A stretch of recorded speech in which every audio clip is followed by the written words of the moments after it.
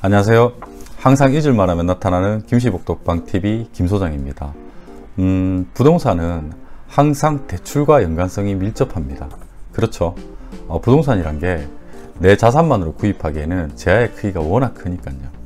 그래서 우리는 항상 부동산을 구입하고자 할 때 이 대출 한도에 대한 궁금증이 아주 많습니다.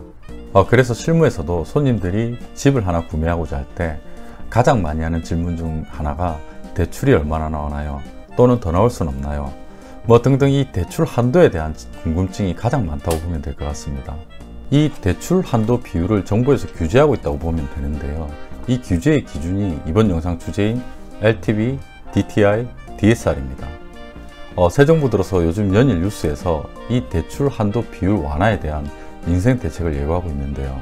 그래서 이 LTV, DTI, DSR에 대한 개념을 좀 간단하고 쉽게 한번 설명해 볼까 합니다.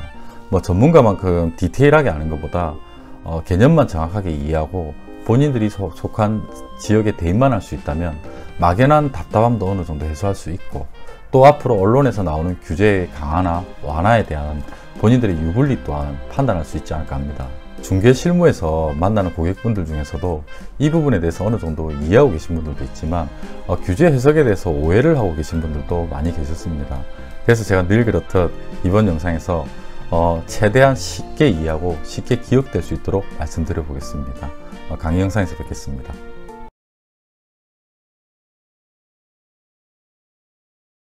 안녕하세요. 다시 돌아온 김소장의 즐거운 강의 시간입니다. 오늘 우리 부동산 대출 한도를 정하는 대출 규제 기준 원칙 이 세 가지에 대한 개념을 한번 이해하는 시간을 한번 가져볼 건데요. 우리가 부동산 대출을 받을 때 이 세 가지 기준 원칙에 의해서 한도가 결정됩니다. 은행 입장에서는 사실은 뭐 가용한 범위 내에서 돈을 많이 빌려주고 싶죠. 은행은 자기 돈이 아니지 않습니까, 사실은. 그래서 많은 수입도, 이자 수익도 올릴 수가 있지만 결국 은행도 또 일반인들의 돈이 들어간 기업이기 때문에 뭐 갑자기 집값이 폭락한다든지 그랬을 때 국가 경제가 또 무너질 수가 있죠. 그런 부분, 그런 재무 건전성이라든지 또 이런 막 돈을 많이 빌려줬을 때 이게 투기 자금으로 흘러다서 부동산 폭등을 일으킨다든지 그런 문제 때문에 그래서 정부에서 규제를 하고 있는 겁니다. 뭐 거창하게 얘기하는데 뭐 거창하게 이해하실 필요는 없고, 오늘 세 가지 LTV, DTI, DSR 이 세 가지 기준 원칙으로 대출을 해주는 겁니다. 한도를 결정하고요. 근데 여기서 포인트는 여기서 세 가지를 모두 충족해야 되는 거예요. 만약에 두 가지를 충족하고 이 한 가지를 충족 못했다면 대출이 한도가 많이 줄거나 아니면 안 되는 거죠. 그런데 이제 또 문득 궁금증이 생기실 거예요. 이 세 가지 중에 나는 이거는 많이 충족했고 요거는 조금 중간 정도 충족했고 요거는 조금 충족했어요. 그랬을 때는 이 세 가지를 다 충족했을 때 기준으로 제일 낮게 충족한 걸 기준으로 대출 한도를 결정합니다. 이 부분도 잘 기억하시면 좋을 것 같아요. 그러면 오늘 하나씩 한번 살펴보겠습니다. 부동산 대출 한도 규제 용어 제1강입니다. LTV, 담보 인정 비율. 이 말이 좀 어렵죠. 쉽게 한번 이해해 보겠습니다. 론 투 밸류 레시오. 론이 대출이고 밸류가 가치입니다. 레시오는 비율이고요. 한마디로 담보 가치에 비례해서 대출금을 산정하겠다라는 뜻이에요. 이 LTV는 현재 지역별로도 틀리고 부동산 가액에 따라서도 40에서 70%로 규제되고 있습니다. 그런데 이제 우리가 투기지역을 제외하고 조정지역의 무주택자라든지 그 외 지역은 5기 아래의 부동산이라면 대부분 70%입니다. 70%. 이렇게 제가 예를 한번 들어놨는데 이게 집이 전체라고 하면 70%까지 한도를 부여하겠다는 거예요. 또 요거 보고 또 이제 또 오해하시는 분들이 있어요. 이 지붕은 원래 그 집값 산정할 때 빼는 거예요? 지붕 부분을 원래 빼고 계산하는 거예요? 그런 슬픈 질문 하지 마세요. 전체가 이게 집인데 집을 표현하기 위해서 이렇게 지붕을 만들어 놓은 겁니다. 한 30%가 이 정도 되고 30%는 네 돈이 있어야 되고 70%까지 빌려주겠다 이런 뜻입니다. 이 담보가치에 대한 평가는 아파트 같은 경우는 KB 시세 또 그리고 우리 빌라나 주택 같은 경우는 은행 탁감이라고 있습니다. 은행에서 서류로 판단하는 거예요. 인근 시세라든지 뭐 실거래가 정보라든지 그리고 감정가로 진행을 하는 겁니다. 근데 여기서 궁금증이 하나 생기실 수 있어요. 이렇게 듣다 보면 여러분들 자꾸 궁금증이 생겨야 돼요. 내가 살다 보면 그런 게 있지 않습니까? 은행 감정이나 뭐 KB 시세보다 내가 아는 지인한테 샀다든지 아니면 급매물을 사서 감정가나 KB 시세보다 싸게 살 수 있는 경우도 있지 않습니까? 그럴 때는 어떻게 이 LTV를 산정하냐? 궁금한 게 계속 생겨야 돼요. 이거 듣다 보면 여러분들도. 자, KB 시세나 감정가보다 매매가가 낮다면, 이런 경우 있죠. 우리 살면서 뭐 급하게 뭐 경매 넘어가기 직전에 집이라든지 이런 경우 있습니다. 자, 이럴 때 꼭 기억하세요. 감정가보다 만약에 매매가가 낮다면 매매가 기준으로 비율을 산정하는 겁니다. 자, 무슨 말인지 아시겠죠? 네가 어차피 구입 자금에 대해서 우리가 70 한도를 부여했기 때문에 그 실매매가 기준으로 해서 산정을 한다는 겁니다. 감정가보다 낮다면. 이 부분 놓치는 부분이 있는데 꼭 기억하세요. 그러면 더 쉽게 한번 이해해 볼게요. LTV를. 자, 예를 들게요. 5억짜리 정말 원한다 아파트를 사신 거예요. 지금 계약서를 썼어요. 예? 제가 정말 원합니다. 제가 아파트를. 자, 5억짜리 아파트를 우리 샀는데 이 세 가지를 비교해서 한번 보겠습니다. 자, LTV 70%대. 자, 5억이니까 70% 하면 대출 3억 5천만 원 나오는 거예요. 대출 가능 금액이. 자, 60%면 곱하기 하면 되죠. 3억까지 나온다는 거예요. LTV 40% 지역이다. 그러면 대출 가능 금액은 2억까지 나오는 겁니다. LTV는 집값, 뭐 감정가, 갭이 시세 비례해서 한도를 부여한다. 집값에 비례해서 한도를 부여한다. 이렇게 이해를 하시면 될 것 같아요. 제가 LTV의 개념에 대해서 쉽게 이해하기 위해서는 사실은 이 부분만 설명을 드리려고 했는데, 그래도 현재 규제하고 있는 비율에 대해서도 추가로 좀 설명을 좀 드려야 될 것 같아요. 짧게 한번 살펴보겠습니다. 현재 서울 경기 지역을 비롯한 투기과열지구가 있고, 전국 대부분의 주요 도시들이 조정 대상 지역으로 묶여 있지 않습니까? 이럴 때는 LTV 한도가 좀 더 타이트하게 규제되고 있습니다. 이 빨간색이 다 원칙이에요. 원칙을 보면 9억 이하 부동산에는 집값의 40%만 대출 한도를 부여하는 거고요. 또 조정지역에 9억 이하라면 50%, 그리고 9억에서 15억 구간별로 틀리다 했죠. 20%. 조정지역 같은 경우는 9억 초과분은 30%까지만 한도가 부여되는 겁니다. 규제가 더 강력하게 된다고 보는데, 정부에서는 어떻게든지 집값이 갑자기 폭등하다 보니까 낮추겠다는 일환으로 이렇게 전 정부에서 이렇게 핀셋으로 규제가 되고 있는 상황입니다. 그런데 보면 녹색 부분이죠. 녹색 부분은 한도가 크게 늘어납니다. 이 녹색 부분은 뭐냐면 한마디로 서민 실수요자라고 해가지고, 이 서민 실수요자가 뭐냐, 무주택자 플러스 부부 합산 연소득이 투기지역 같은 경우는 9천만 원 이하, 조정지역 같은 경우는 1억 이하가 되는 거예요. 요 서민 실수요자가 살 때는 요 구간에 해당하는 만큼은 LTV 한도를 이렇게 부여하겠다는 뜻입니다. 그래서 이거 한도, 이게 구간별로 다 합산을 해서 대출 한도가 결정된다고 보시면 되는데, 여기서 포인트는 15억 이상은 지금 현재 말이 많죠. 아예 안 해줍니다. 구간별 합산도 안 해주고 빵원이라고 보시면 돼요. 빵원. 한 푼도 안 해준다는 겁니다. 이것도 이번에 새 정부에서 좀 개정을 한다고는 하는데 좀 지켜봐야 될 것 같아요. 어쨌든 간에 이렇게 핀셋 규정을 하는 이유가 집값이 근 몇 년 사이에 엄청나게 폭등을 했지 않습니까?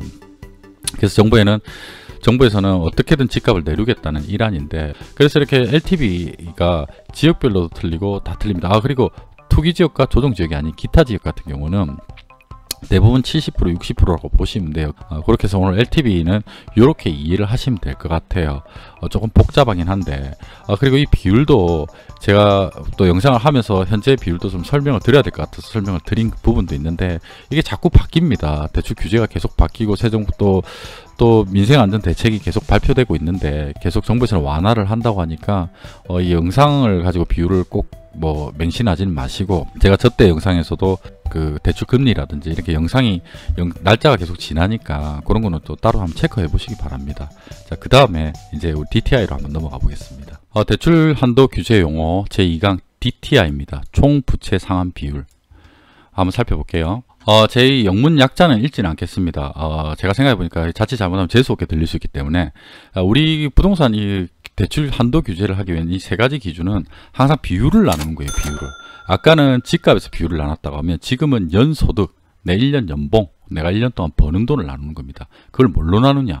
내가 집을 이렇게 담보대출을 받았을 거 아니에요. 받았을 때 10년 상환, 20년 상환, 30년 상환 다 틀리겠지만, 내가 1년간 연간 원금이랑 이자랑 내는 원리금이 있지 않습니까? 갚는 돈. 내가 1년 동안 원금과 이자 포함해서 갚는 돈을 원리금이라고 합니다. 그리고 기존 타부채 연간 이자입니다. 연간 이자. 요거 잘 기억하세요. 연간 이자인데, 요걸 합해서 연소득으로 나눠주는 거예요. 이 DTI는, 지역별로 40에서 60%로 규제를 하고 있습니다. 아까는 부동산 가액에 따라서도 LTV는 규제를 했지만, 이 DTI는 부동산 가액은 따로 규정이 없습니다. 그냥 연소득 대비해서 내가 이 두 개를 합친 거에 대한 비율로 나누는 것만 규제를 하고 있어요. 기존 타 대출의 연이자가 어떤 게 있냐? 우리 자동차 사게 되면 자동차 할부 내지 않습니까? 자동차 할부 원금에 대한 이자, 1년간 이자, 또 우리가 신용카드 뭐 카드론 받는다든지 신용대출 받는다든지 거기에 대한 원금에 포함된 이자에 대한 거 플러스, 또 우리 신혼부부들 같은 경우는 학자금 대출 받죠. 학자금 대출 받으면 학자금 대출에 대한 원금에 대한 이자가 발생할 거 아닙니까? 그러니까 기존 타 부채, 다른 부채의 연간 이자를 다 합산하는 겁니다. 쉽게 한번 또 이제 예를 들어서 한번 설명을 해볼게요. 자, 예를 들어서 내가 부동산 담보대출을 3억을 받았어요. 30년 상환으로 계약을 했고 연봉은 4천만 원입니다. 자, 그러면 대출 원금이 3억이니까 30년 상환하면 연간 원금은 1,000만 원이에요. 그리고 지금 금리 많이 올랐으니까 이자 5%씩 연이자가 3억에 대한 연이자가 150만 원입니다. 그러면 총 1년 동안 내는 원리금은 1,150만 원이 되는 거죠. 그리고 내가 신용대출, 뭐 카드론, 뭐 신용대출 연이자가 300만 원이고 또 자동차 할부 연이자가 120만 원이에요. 그럼 요 기타 총 1년치 연이자가 420만 원인 겁니다. 연이자. 요거를 계산을 해보면 이렇게 되죠. 내가 1년간 집담보대출로 연간 원금과 이자를 내는 건 1,150만 원 플러스 내가 다른 거 자동차 할부이자 신용대출 이자를 합하니까 420만 원이에요. 요 두 개를 더하면 1,570만 원인 거예요. 내 연봉은 4천만 원이고 요거 비율을 곱했을 때 비율이 이렇게 나옵니다. 나누게 하면 39.25%가 나오는 거예요. 그래서 DTI가 40% 규정일 때는 한도가 충족이 되는 거예요. 근데 만약에 이 DTI가 강화돼서 만약에 30%라고 하면 9.25%가 오버되는 거죠. 오버되면 오버된 부분만큼 한도가 줄어드는 겁니다. 이렇게 이해하시면 돼요. 별로 어렵지 않죠. 그러면 현재 DTI 규제 비율은 어떠는지 한번 알아보겠습니다. DTI 역시 투기지역과 조정지역으로 나뉘는데요. 원칙은 투기지역이라면 40%, 조정지역이라면 50%입니다. 근데 아까 제가 LTV 때 설명드린 무주택자라든지 또 부부 합산 소득이 일정 금액 이하인 서민 실수요자들은 60%까지 완화가 되는 겁니다. 투기지역과 조정지역을 제외한 이외지역은 대부분 60%라고 보시면 됩니다. 근데 실무에서 많이 혼선을 빚는 부분이 있는데 하나 설명을 좀 드릴게요.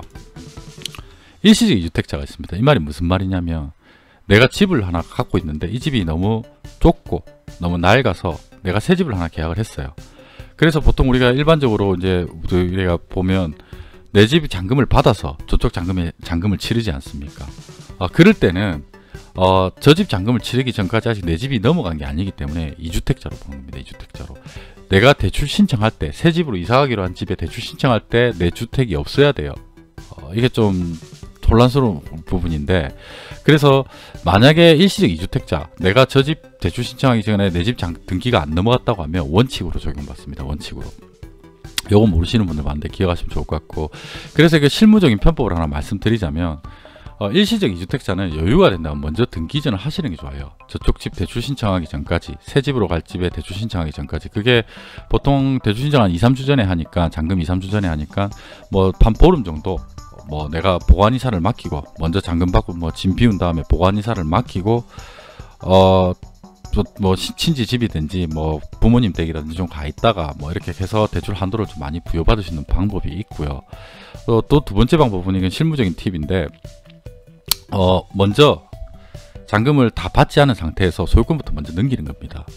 그러면 좀 잔금 다 받기 전에 소유권 넘기는 걸 좀 찝찝해 하시는 분들이 있는데, 뭐 차용증이라든지 아니면 단기 전세 계약서라든지 단기 월세 계약서를 뭐 한 달짜리 적어 가지고, 어차피 점유는 못 하니까요, 내가 짐을 안 빼니까요, 저쪽 집 이사 가기 전까지는 그렇게 해 가지고 먼저 소유권을 넘겨서 대출 신청 전에 이 서민 실수요자 요건을 맞추는 그런 방법으로 해서 DTI를 좀 끌어올리는 방법이 있습니다.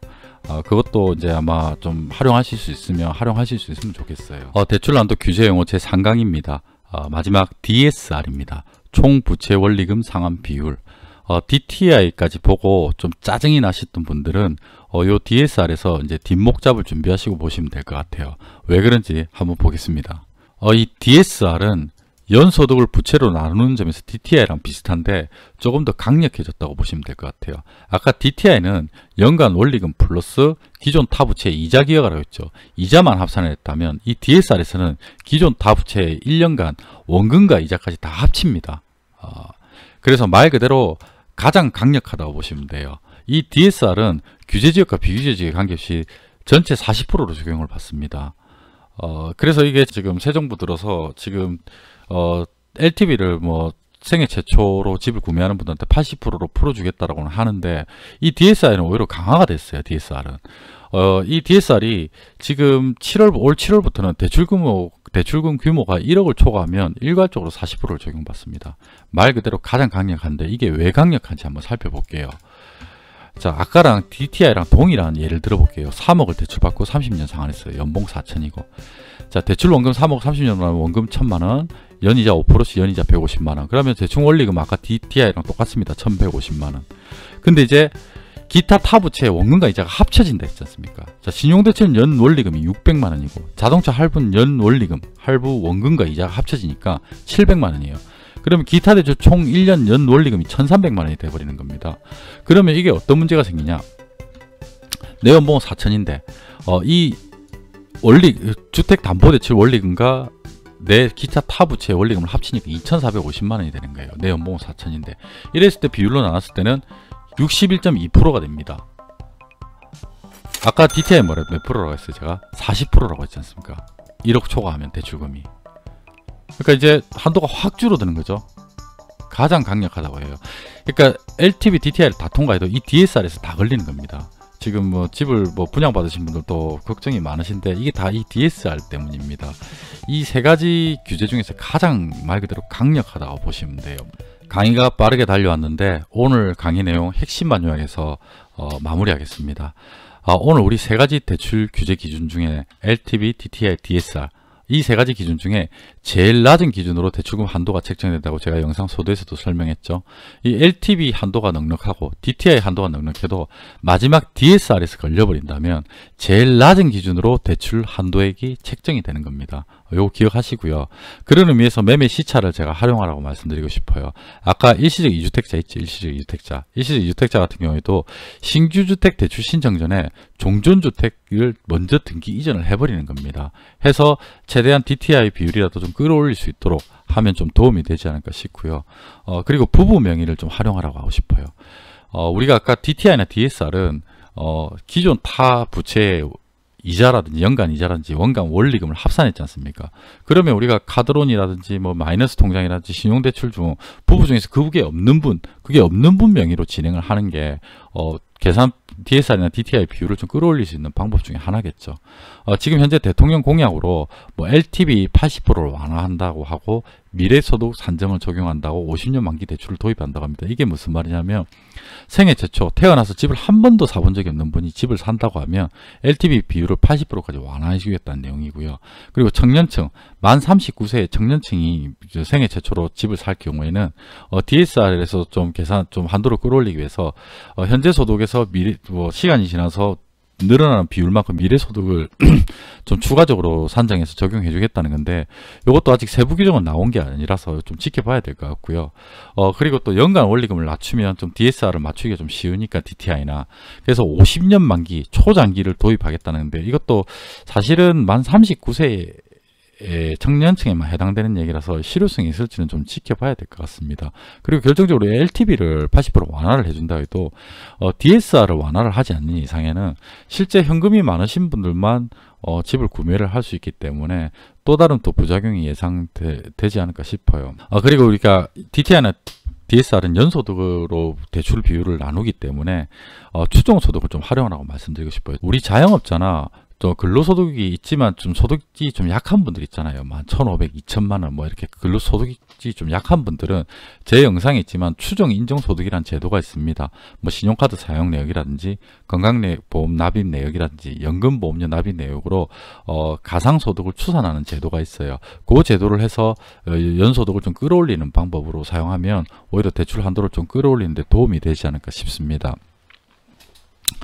제가 이렇게 비율이나 뭐 세율이나 이런 걸 설명하는 영상을 만들 때는 제가 지난 영상을 보니까 지금 또 비율이 많이 바뀐 영상들이 있더라고요. 그래서 제가 오늘 날짜 기준으로 영상을 올린 날짜 기준으로 판단을 하시고 오늘은 이 LTV, DTI, DSR 개념에 대해서만 이해하는 시간을 가졌다고 생각해 주시면 좋을 것 같고 지역별로 또 주택 유무에 따라서 그리고 소득에 따라서 워낙 핀셋 규제가 강하기 때문에 본인들의 대출 한도는 직접 해당 은행에 가서 본인들이 뭐 사고자 하는 부동산이 위치한 해당 지역에 있는 은행에 가서 보다 좀 정확하게 상담을 받아보고 활용해 보시기를 제가 추천드립니다. 그리고 마지막으로 제가 영상은 자주 못 올리지만 그렇게 구독자도 계속 늘고 해서 감사하다는 말씀 드립니다. 제가 영상 제목에 하단에 이렇게 제 핸드폰 번호를 올려놓는데 궁금한 부분은 저한테 전화 주시는 분들이 요즘 좀 많던데 전화 주셔도 되고 또 댓글을 남겨주시면 제가 아는 선에서는 최대한 말씀드릴 수 있도록 노력하겠습니다. 그래서 마지막으로 이 댓글에 대해서 좀 당부 말씀을 좀 드리고자 해요. 댓글을 보면 여러분들이 이렇게 강의를 보다가 너무 흥분을 하는 거예요. 이렇게 몰랐던 사실에 대해서 알게 되니까. 그래서 댓글을 좀 제가 알아볼 수 없도록 이렇게 남기는 분들이 계세요. 거기에 대한 예시를 한번 보겠습니다. 자, 우리가 오늘 LTV라 했잖아요. LCT에 대해서 질문 드려야 될까요? 이랍니다. LCT가 뭐죠? 자, 알죠? 여러분들 해운대에 있는 아파트 이름이죠.